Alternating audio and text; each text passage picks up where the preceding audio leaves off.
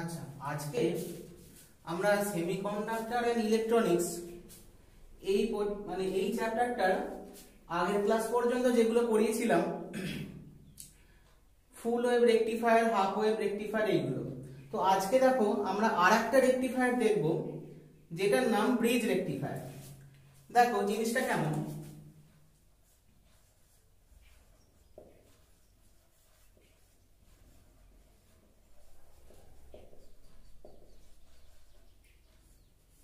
এখানে কিন্তু চারটে ডায়োড ইউজ করা হবে।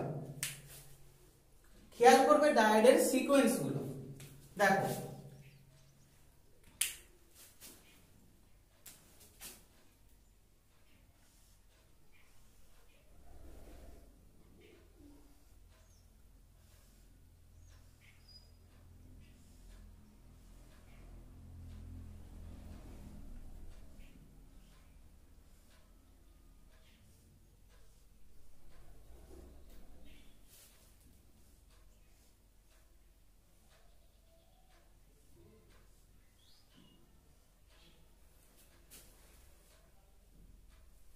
এটা মনে করো D1 ডায়োড, এটা D2 ডায়োড, এটা D3, এটা D4। এখানে চারটে ডায়োড ইউজ করা হচ্ছে, কিন্তু এখানে দেখো কোনো রকম সেন্টার ট্যাপ ট্রান্সফরমার ইউজ করা হচ্ছে না। এবার ফুল সার্কিটটা কেমন দেখো।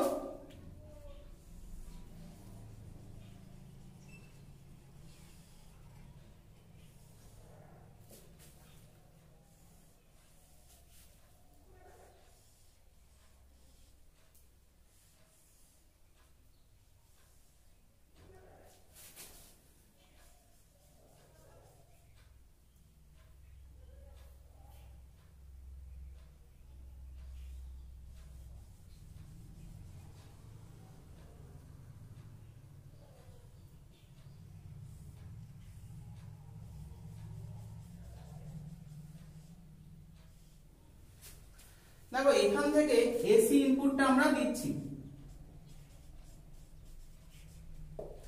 আর এই দিকে লোড রেজিস্ট্যান্স অর্থাৎ আরএল, এই জায়গা থেকে আমরা আউটপুটটা নেব।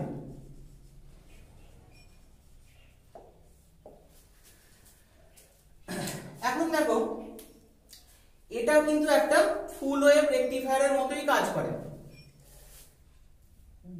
যখন পজিটিভ পিক গুলো আসে তখন দুটো ডায়োড কন্ট্যাক্ট করে, বাকি দুটো ডায়োড নিষ্ক্রিয় থাকে। আর যখন নেগেটিভ পিক গুলো আসে তখন কিন্তু অন্য ডায়োড দুটো কাজ করে, বাকি দুটো নিষ্ক্রিয় থাকে।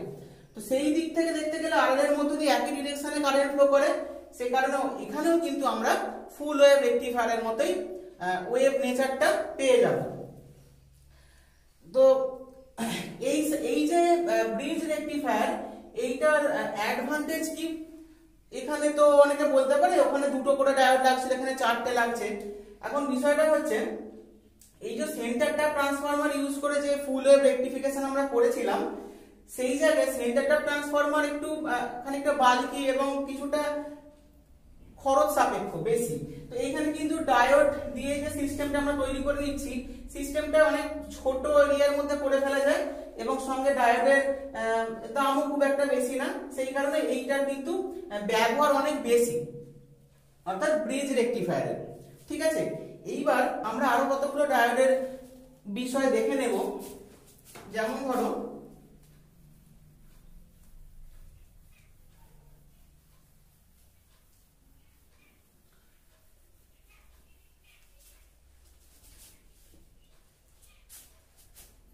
এলইডি।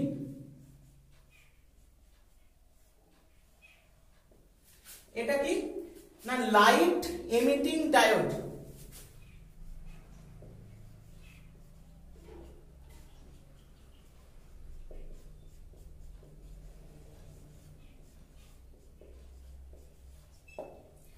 এখন লাইট এমিটিং ডায়োড বলতে কি জিনিস দেখো, যেখানে লাইট এমিট করে, বোঝা যাচ্ছে কি হয় যখন ফরওয়ার্ড বায়াস কন্ডিশনে ডায়োডকে রাখা হয়। এখন সেগুলো নরমাল ওই সিলিকন জার্মেনিয়াম দিয়ে তৈরি যে ডায়োডগুলো ওইগুলো যে খুব একটা হয় না, এর জন্য স্পেশাল কিছু মেটেরিয়াল লাগে, যেমন ধরো গ্যালিয়াম ফসফাইড জিএপি, বা ধরো গ্যালিয়াম আর্সেনাইড, সিলিকন কার্বাইড, এইরকম কিছু মেটেরিয়াল লাগে, যেগুলো দিয়ে যদি আমি ডায়োডটা তৈরি করি তাহলে হয় কি, ফরওয়ার্ড বায়াস অবস্থায় যদি আমি রাখি, সেই পজিশনে ওই যে ব্যারিয়ারটা ক্রস করে ইলেকট্রন হোল মিশে গেল, তো সেই যে ইলেকট্রন হোল মেশার জন্য যে রিকম্বিনেশন এনার্জি ক্রিয়েট হয়, সেখান থেকে সেই এনার্জিটা ফোটন আকারে, যদি ওই এনার্জিটা এমন হয় যে এনার্জি ফ্রিকোয়েন্সিটা আমাদের ভিজিবল রেঞ্জ যে লাইটের সে তার মধ্যে চলে আসে, তখন কিন্তু আমরা দেখতে পাবো সেখান থেকে একটা লাইট এমিট করছে। তো এই ধরনের ডায়োডগুলোকে বলা হয় লাইট এমিটিং ডায়োড। এখন এইগুলো কিভাবে দেখানো হয় দেখো,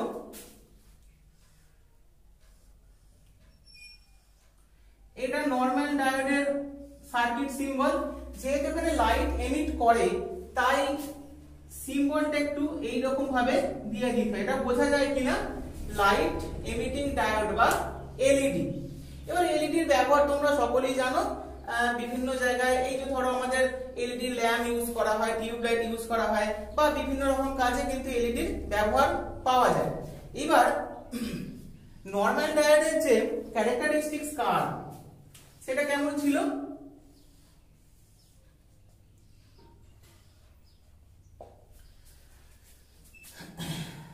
এদিকে যদি ভোল্টেজ প্লট করা হয়েছিল, এদিকে কারেন্ট প্লট করা হয়েছিল, ফরওয়ার্ড বায়াস কার্ভ কিন্তু খানিকটা এরকম ভাবে পেয়েছিলাম আমরা। তো এইবার কি হয়, এখানে যেহেতু ইলেকট্রন হোল রিকম্বিনেশন এনার্জির জন্য খানিকটা রেডিয়েশন বেরিয়ে যাচ্ছে, তার দরুন কিন্তু কারেন্টটা কিছুটা কম পাবো। তো সেই কারণে কার্ভটা এই জায়গা থেকে শুরু হবে হয়ে কিন্তু একটু ফ্ল্যাট হবে, এইভাবে এইভাবে। এইটা এলইডির কার্ভ, আর এটা নরমাল ডায়োড। ঠিক আছে, এখন এলইডি দেখলাম, এবার আরেকটা দেখবো ফটো ডায়োড। ফটো ডায়োড জিনিসটা কি দেখো,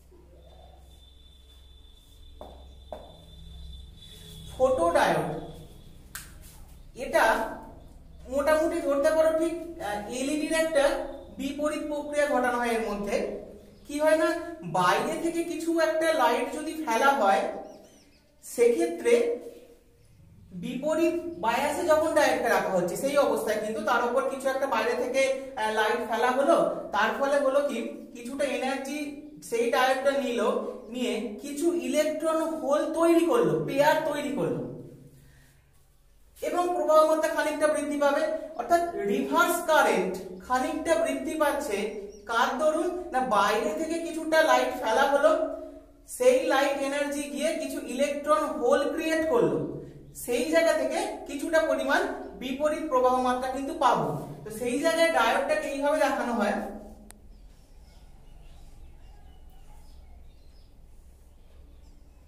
এরকম। আর এমনি বুঝতে পারছো এর যে ক্যারেক্টারিস্টিক্স কার্ভ সেটা ওই রিভার্স বায়াস ক্যারেক্টারিস্টিক্স কার্ভ যেমন আঁকা হয়েছিল আগে, ঠিক তেমনই ওই কার্ভটার নেচারটা একই রকমের হয়। এইবার এই গেল মোটামুটি ডায়োডের অ্যাপ্লিকেশন গুলো। এইবার আমরা সেমিকন্ডাক্টর দিয়ে ডায়োডের মতোই আরেকটি জিনিস দেখবো, সেটাকে বলা হচ্ছে ট্রানজিস্টর।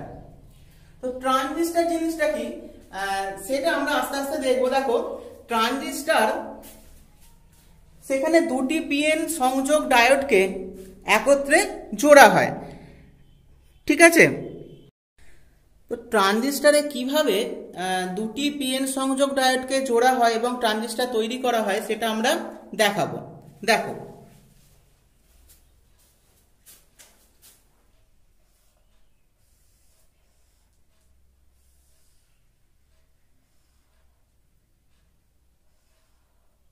মনে করো একটি পিএন সংযোগ ডায়োড, এদিকটা পি পোর্শন, এদিকটা এন পোর্শন, আরেকটি পিএন সংযোগ ডায়োড মনে করো এইভাবে, এদিকটা এন পোর্শন এবং এদিকটা পি পোর্শন।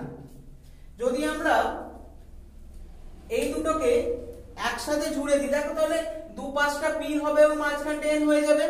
তাহলে দেখো জিনিসটা কেমন আসবে, পি মাঝখানটা এন থাকবে, সাইডটা আবার পি থাকবে।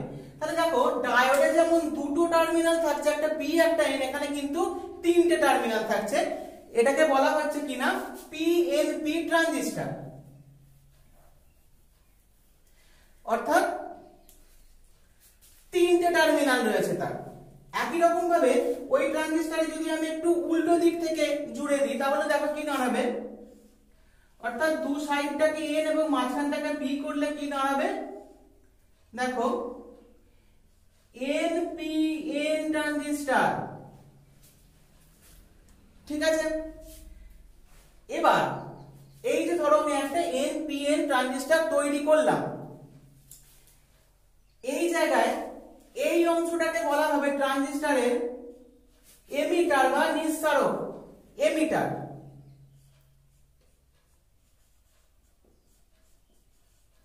বা নিঃসারক, মাঝের পোর্শনটাকে বলা হবে বেস বা ভূমি, এবং ডান দিকের ওই পোর্শনটাকে বলা হবে কানেক্টর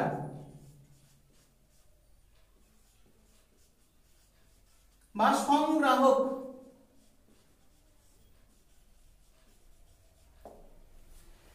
এইবার তোমরা মনে রাখবে যে এনপিএন ট্রানজিস্টর বা পিএনপি যাই হোক না কেন, এমিটার পোর্শনটায় ডোপিং সবথেকে বেশি করা হয়। কালেক্টর পোর্শনে ডোপিংটা প্রায় এমিটারে সমানই করা হয়, একটু কম। আর সবথেকে একদমই কম ডোপিং থাকে যেটা বেস বা ভূমি পোর্শনটায়,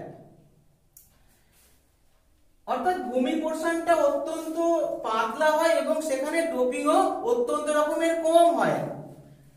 এবার ট্রানজিস্টর যেহেতু আমরা দেখলাম, তাহলে ট্রানজিস্টরের একটা সার্কিট সিম্বল থাকবে। সেই সার্কিট সিম্বলটা কেমন?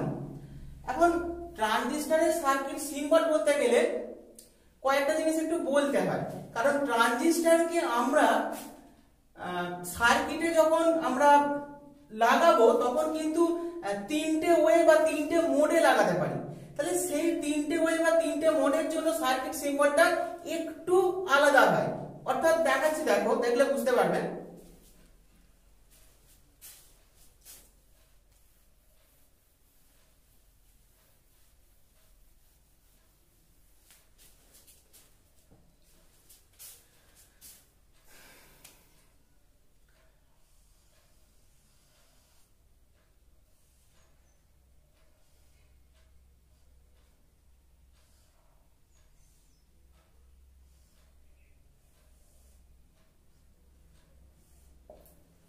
এটি একটি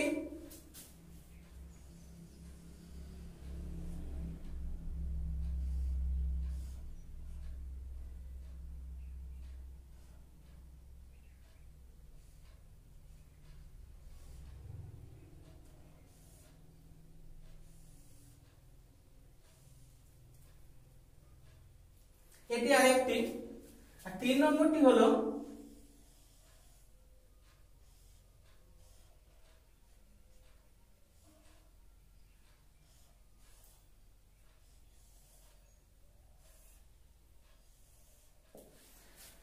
এখন এই জিনিসগুলো কি দেখো, যেটাতে তীর চিহ্ন দেওয়া থাকবে সেটা কিন্তু এমিটার জাংশন বা নিঃসারক, আর যেটাতে তীর চিহ্ন দেওয়া নেই কিন্তু নিঃসারকের মতোই দেখতে সেটা কিন্তু কালেক্টর জাংশন। অর্থাৎ সংগ্রাহক। আর দুটোকে যে মাঝখান থেকে জুড়ে রেখেছে অর্থাৎ এই অংশটা, এটা কিন্তু বেস বা ভূমি। ঠিক আছে, এর জন্য এইটা, এর জন্য এইটা, এর জন্য এইটা। তাহলে দেখো এর নিঃসারক বা এমিটার এটা, এর এটা, এর হলো এইটা। ঠিক একই রকম ভাবে কালেক্টর দেখো, একটা, এর এইটা, এর এইটা, আর মাঝেটা ওই যেটা বললাম এটা হলো ভূমি, তিনজনের জন্য। এবার খেয়াল করো, তো আমি একটার জন্য লিখছি বুঝতে সুবিধা হবে। এইটা এমিটার, এটা কালেক্টর, এটি হলো বেস। ঠিক আছে, তাহলে এর এর জন্য এটি বেস, এটি হলো কালেক্টর, এটি হলো এমিটার। এর জন্য দেখো এটি এমিটার, এটি বেস, এটি কালেক্টর।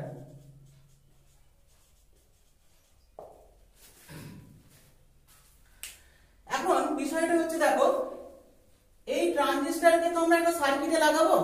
এর এই মাঝখানে ট্রানজিস্টরটা আছে, মনে করো এই দিকটা সার্কিটটা, তার পুরো সার্কিটটা আমি আঁকিনি, শুধুমাত্র ট্রানজিস্টরের পোরশনটুকু এঁকেছি। তাহলে এই দিকটা দেখো ইনপুট টার্মিনাল মনে করো, আর ওই দিকটা আউটপুট টার্মিনাল মনে করো।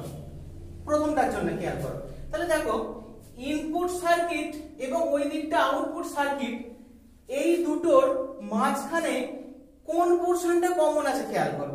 দেখো এই যে এমিটার, এর সাথে দেখো ইনপুট সার্কিটের কানেকশন ডাইরেক্টলি আছে, কিন্তু আউটপুট সার্কিটের সাথে কোনো রকম কানেকশন নেই।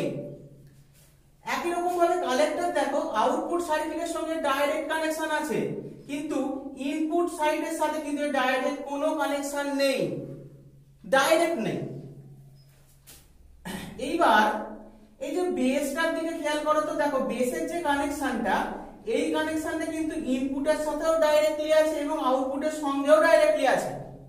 অর্থাৎ ইনপুট আউটপুট টার্মিনালের মধ্যে এই বেস পোরশনটা কিন্তু কমন। সেই কারণে ট্রানজিস্টরের এই মোডটাকে বলা হয় কমন বেস মোড বা সিবি মোড। তাহলে এটাকে কি বলা হলো না, সিবি মোড। একই রকম ভাবে দেখো এই ট্রানজিস্টরটার জন্য কিন্তু এমিটার যে পোরশনটা, সেটা ইনপুট আউটপুট টার্মিনালের মধ্যে কমন, কাজে এই মোডটাকে বলা হবে কমন এমিটার মোড বা সিই মোড, কমন এমিটার মোড।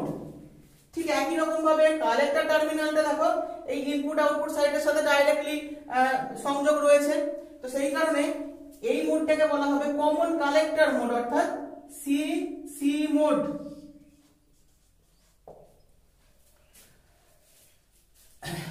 তো মনে রাখবে সিই মোডটার ইউজ হয় সবথেকে বেশি। অ্যাকচুয়ালি ট্রানজিস্টর কথাটাকে যদি বলে ট্রানজিস্টর এক কথায় জিনিসটা কি, তো এইভাবে ট্রান্সফার রেজিস্টার। আর ট্রানজিস্টরের কাজ কি যদি বলা হয় এক কথায়, তাহলে বলা হবে যে অ্যামপ্লিফাই করা, বা ওখান থেকে আমরা একটা অ্যামপ্লিফিকেশন পাই, বিবর্ধক হিসেবে কাজ করে, কোন সিগন্যালকে বিবর্ধন করতে কাজে লাগে ট্রানজিস্টর। অর্থাৎ ট্রানজিস্টর কোনো একটা সার্কিটের মধ্যে ট্রানজিস্টরকে বসাতে হয় এবং ট্রানজিস্টর সেই সার্কিটের মধ্য দিয়ে যে সিগন্যালটা পাস হয় সেই সিগন্যালটাকে অ্যামপ্লিফাই করে, বিবর্ধিত করে। ঠিক আছে, এবার এইখানে জিনিস একটা খেয়াল করো, যে যে তীর চিহ্নটা দেখো বাইরের দিকে দেওয়া রয়েছে। এই তীর চিহ্ন যখন বাইরের দিকে, সেটা যে মোডেই থাক না কেন, বাইরের দিকে তীর চিহ্নটা দেখে বুঝতে হবে যে এটা এনপিএন ট্রানজিস্টর। অর্থাৎ আমি কিন্তু এনপিএন ট্রানজিস্টরের তিনটে মোড এখানে এঁকেছি। আর তীর চিহ্ন যদি ভিতরের দিকে থাকতো তাহলে কিন্তু সেটা হয়ে যেত পিএনপি ট্রানজিস্টর। অর্থাৎ যদি এইটা এই দিকে থাকতো তখন কিন্তু এটা হয়ে যেত পিএনপি ট্রানজিস্টর।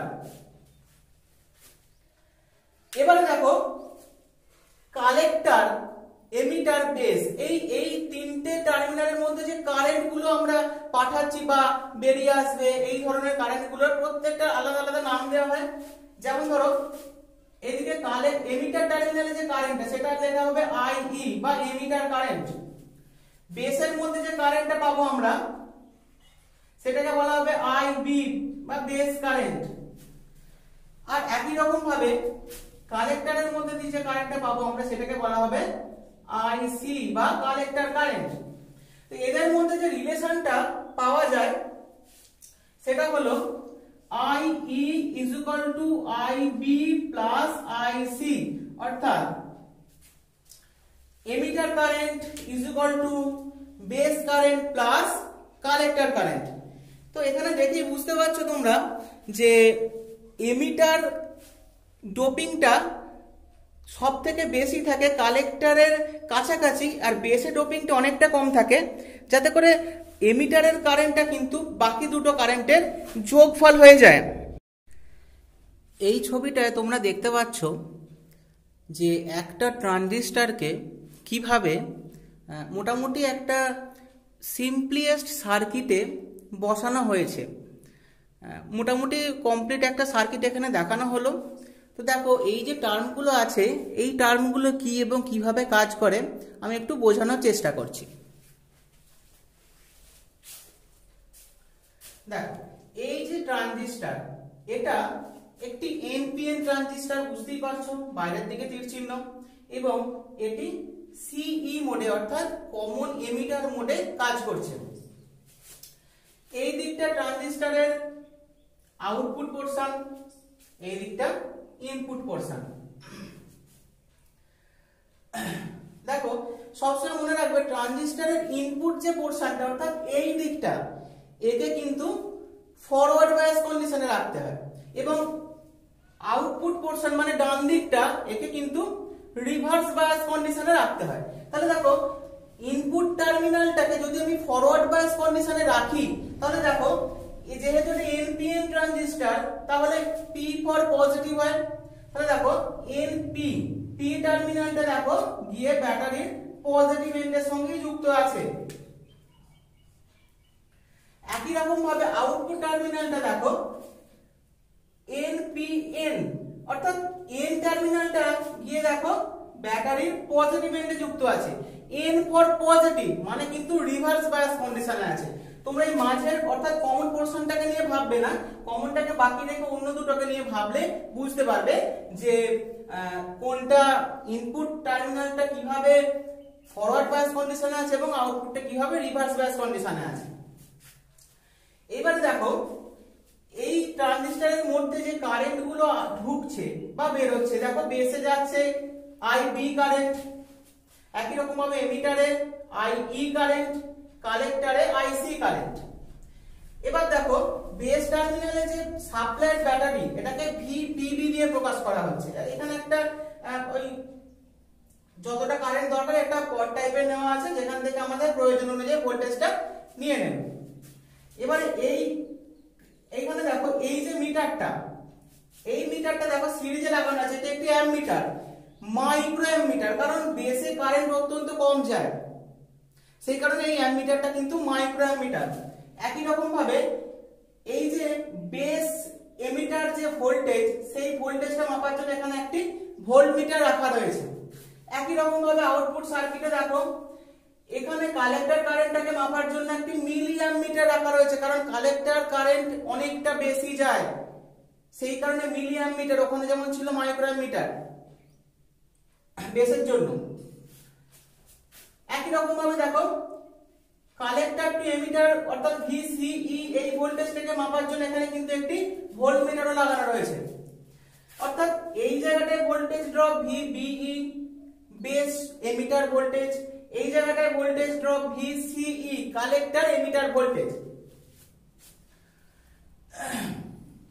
এবারে তোমরা যে এই যে কোন দিকটা প্লাস এবং কোন দিকটা মাইনাস সাইন দেওয়া হবে কোন মিটারের কোথায়, তোমরা এই ব্যাটারি টার্মিনালটাকে একটু খেয়াল করো। দেখো পজিটিভ এন্ডটা আসছে সেই কারণে এই দিকটা পজিটিভ অন্যটা নেগেটিভ করা হয়েছে। একই কারণে দেখো এই দিকটা পজিটিভ এই দিকটা নেগেটিভ। ঠিক এই ব্যাটারি টার্মিনালটা দেখো এইদিকে যাচ্ছে সেই জায়গাটা কিন্তু পজিটিভ এই দিকটা নেগেটিভ। একই রকম ভাবে দেখো ভোল্ট মিটারের এই দিকটা পজিটিভ এটা নেগেটিভ। এবার দেখো এই যে পজিটিভ নেগেটিভ কোনটা কারেন্ট পজিটিভ কারেন্ট কোনটা, নেগেটিভ কারেন্ট কোনটা, আইবি কোনটা পজিটিভ হবে না নেগেটিভ হবে, আইসি কোনটা, একই রকম ভাবে ভোল্টেজ গুলো কোনটা পজিটিভ কোনটা নেগেটিভ, এই টোটাল যে সিস্টেমটা টোটাল সিকোয়েন্সটাই চেঞ্জ হয়ে যাবে যখন আমি এটা পিএনপি ট্রানজিস্টর নিয়ে নেব। মানে ধরো মনে করো এখানে এই যে ভিবিই ভোল্টেজটা বা ধরো আইবি কারেন্টটা, ঠিক আছে, এটা যদি এর ক্ষেত্রে পজিটিভ হয় পিএনপির ক্ষেত্রে নেগেটিভ হয়ে যাবে, ঠিক মোটামুটি অপোজিট হয়ে যাবে, ঠিক আছে। তো এই অবস্থায় আমরা ট্রানজিস্টরকে রাখলাম, রাখার পর আমাদের কাজটা হবে কিনা ইনপুট এবং আউটপুট ক্যারেক্টারিস্টিক্স কার্ভ গুলো ড্র করা। তাহলে দেখো আমরা প্রথমে কি করব, input voltage versus input current দেখব এই দুটো মিটারের সাহায্যে। আমরা ইনপুট ভোল্টেজটাকে আস্তে আস্তে বাড়াবো অল্প অল্প করে, সেই অনুযায়ী ইনপুট কারেন্ট কেমন বাড়ছে দেখবো, সেইগুলো আমরা একটা খাতায় নোট করব।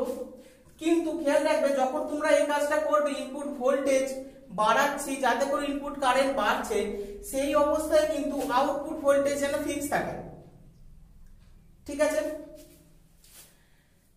আবার যখন আমরা রিভার্স ক্যারেক্টারিস্টিক্স কার্ভের দিকে যাব তখন দেখব কি না output voltage versus output current characteristics curve আঁকবো, অর্থাৎ আউটপুট ভোল্টেজটাকে বাড়াবো আস্তে আস্তে আউটপুট কারেন্ট কেমন বাড়ছে দেখবো, তখন কিন্তু খেয়াল করবে ইনপুটের কারেন্টটা কনস্ট্যান্ট থাকবে, কারেন্ট,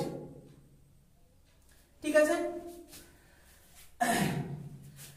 এখন ধরো আমরা ক্যারেক্টারিস্টিক্স কার্ভগুলো কেমন আসবে ইনপুট এবং আউটপুটের ট্রানজিস্টরের এই মোডে এনপিএন ট্রানজিস্টরের সিই মোডে, সেগুলো আমরা একটু দেখি।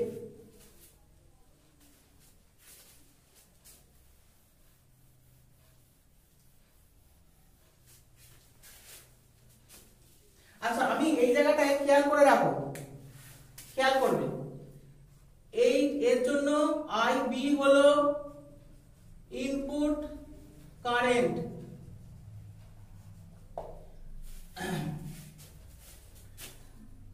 ভিবিই এটা কি ইনপুট ভোল্টেজ,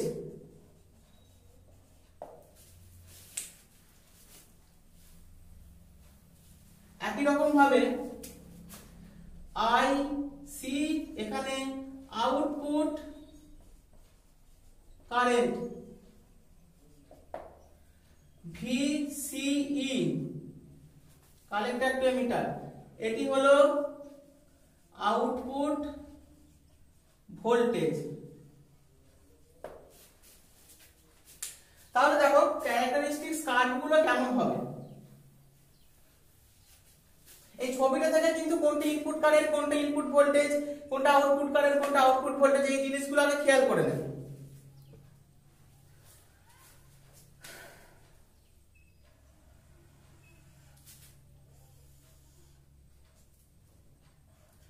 এখন দেখো ইনপুট ক্যারেক্টারিস্টিক্স কার্ভ আঁকার জন্য আমরা কি করব, input voltage versus input current graph টানবো যখন আউটপুট ভোল্টেজটা ফিক্সড। দেখো ইনপুট ভোল্টেজ কত, ভিবিই বেস এমিটার ভোল্টেজ, এই দিকে প্লট করব। ইনপুট কারেন্ট কত না আইবি বেস কারেন্ট, এই দিকে প্লট করব। তাহলে যে ক্যারেক্টারিস্টিক্স কার্ভটা আসবে ওই ডায়োডের ফরওয়ার্ড ক্যারেক্টারিস্টিক্স কার্ভের মতো এরকম। এখন ওই জায়গাটায় মনে করো আমরা কি বলেছিলাম আউটপুটে ভোল্টেজটাকে ফিক্স রাখতে, মনে করো আউটপুট ভোল্টেজ সেই জায়গাতে VCE1 এটা একটা আউটপুট ভোল্টেজের জন্য, আউটপুট ভোল্টেজকে আমি ধরো অন্য একটা কোনো জায়গায় ফিক্সড করলাম, তখন এই কাজটা আবার যদি রিপিট করি অর্থাৎ ইনপুট ভোল্টেজ ভার্সেস ইনপুট কারেন্টের কার্ভ যদি আমি আঁকি অন্য একটা আউটপুট ভোল্টেজের জন্য, কার্ভের নেচারটা একই রকম থাকবে কিন্তু কার্ভটা একটু চেঞ্জ হয়ে এরকম হয়তো হলো ধরো, অর্থাৎ এটা মনে করো VCE2 অন্য একটা কার্ভের জন্য, ঠিক আছে।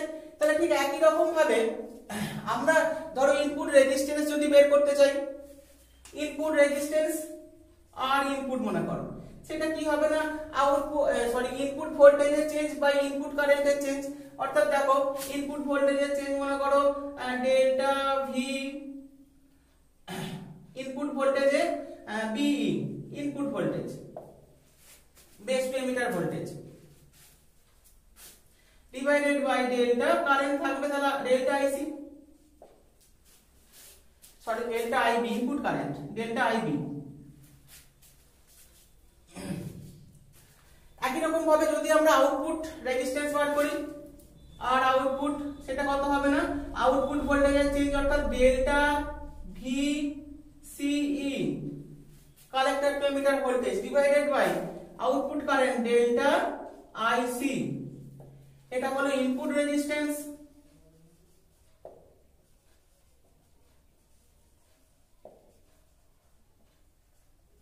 এটা হলো আউটপুট রেজিস্ট্যান্স।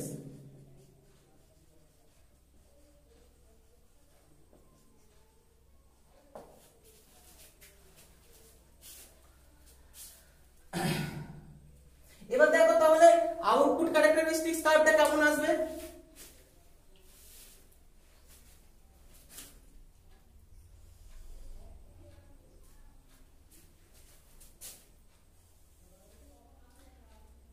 রিভার্স ভোল্টেজে কিন্তু তাহলে আউটপুটের ভোল্টেজ দেখো কত ভি সিই output voltage versus output current কত আইসি।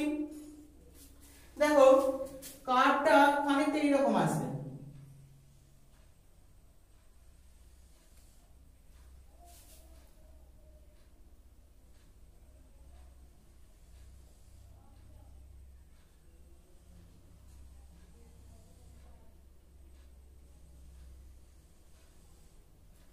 তাহলে এখানে চারটে আমি টেনেছি, তাহলে চারটে ডিফারেন্ট ইনপুট কারেন্টকে কনস্ট্যান্ট রেখে, অর্থাৎ মনে করো এখানে এটা IB1,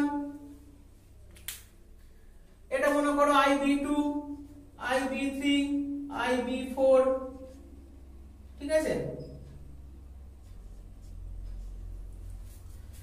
এটা খেয়াল করবে ইনপুট ক্যারেক্টারিস্টিক্স কার্ভে আউটপুট ভোল্টেজ কনস্ট্যান্ট আর আউটপুট ক্যারেক্টারিস্টিক্স কার্ভে ইনপুট কারেন্ট কনস্ট্যান্ট IB টা কনস্ট্যান্ট।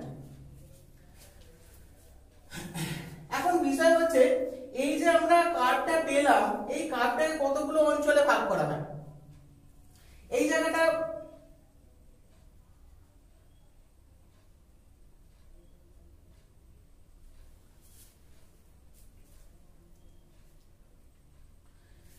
দেখো কার্ভের যে এই পোরশনটা অর্থাৎ যে জায়গা থেকে কার্ভটা এইভাবে ফ্ল্যাট হয়ে গেছে প্রায় প্যারালাল হয়ে গেছে ওই অংশটা ওই পোরশনটাকে বলা হয় অ্যাক্টিভ রিজিয়ন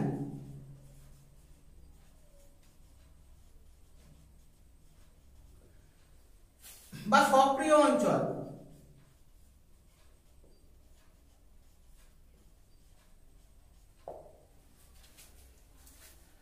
ঠিক আছে, ওই পোরশনের যে আগের পোরশনটা দেখো যে জায়গা থেকে আমাদের এই কার্ভটা বাড়তে শুরু করছে ওই যে অঞ্চলটা ওই অঞ্চলটাকে বলা হবে স্যাচুরেশন রিজিয়ন।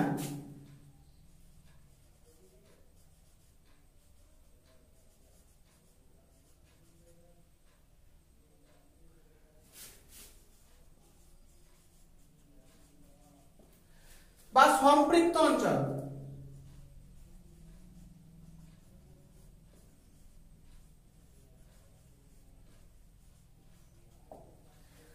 এই যে তলার যে পোরশনটা এই জায়গাটায় ট্রানজিস্টর ইনঅ্যাক্টিভ থাকে বলে এই পোরশনটা পাওয়া যায় এটাকে বলা হবে সেই কারণে কাট অফ রিজিয়ন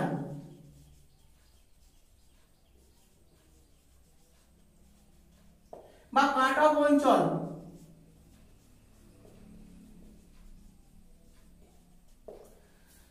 এইবার এই এই পোরশনটার পর কাটটা কিন্তু আবার আস্তে আস্তে উপর দিকে খানিকটা উঠতে থাকে এইভাবে এইভাবে। এই এই অঞ্চলটাকে বলা হচ্ছে যে জায়গা থেকে আবার উঠতে শুরু করলো এই অঞ্চলটা এইটাকে বলা হবে আবার ব্রেকডাউন রিজিয়ন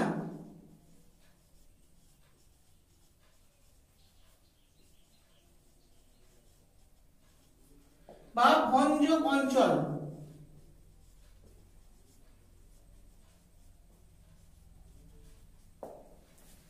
তো কোনটাকে কি অঞ্চল বলে এই জিনিসগুলো কিন্তু একটু ভালো করে খেয়াল করবে, এইগুলো খুব দরকারি জায়গা। তো মোটামুটি ট্রানজিস্টরের ইনপুট এবং আউটপুট ক্যারেক্টারিস্টিক্স কার্ভ ড্র করলাম। এটা তোমরা ক্লাস 12 এ প্র্যাকটিক্যালেও করবে বা করেছো হয়তো। এবার ট্রানজিস্টর কি করে সিগন্যালকে অ্যামপ্লিফাই করে বা সেই জায়গা থেকে আমাদের কি কি সুবিধা হয় অসুবিধা হয় সেই জিনিসগুলো আস্তে আস্তে আমরা আলোচনা করব নেক্সট ক্লাসে। তো আজকে আমরা এই পর্যন্তই দেখলাম, তোমরা একটু ভালো করে দেখো, আর বাকি যে ট্রানজিস্টরের বাকি পোর্শনটা রইলো সেটা আমরা নেক্সট ক্লাসে আলোচনা করব।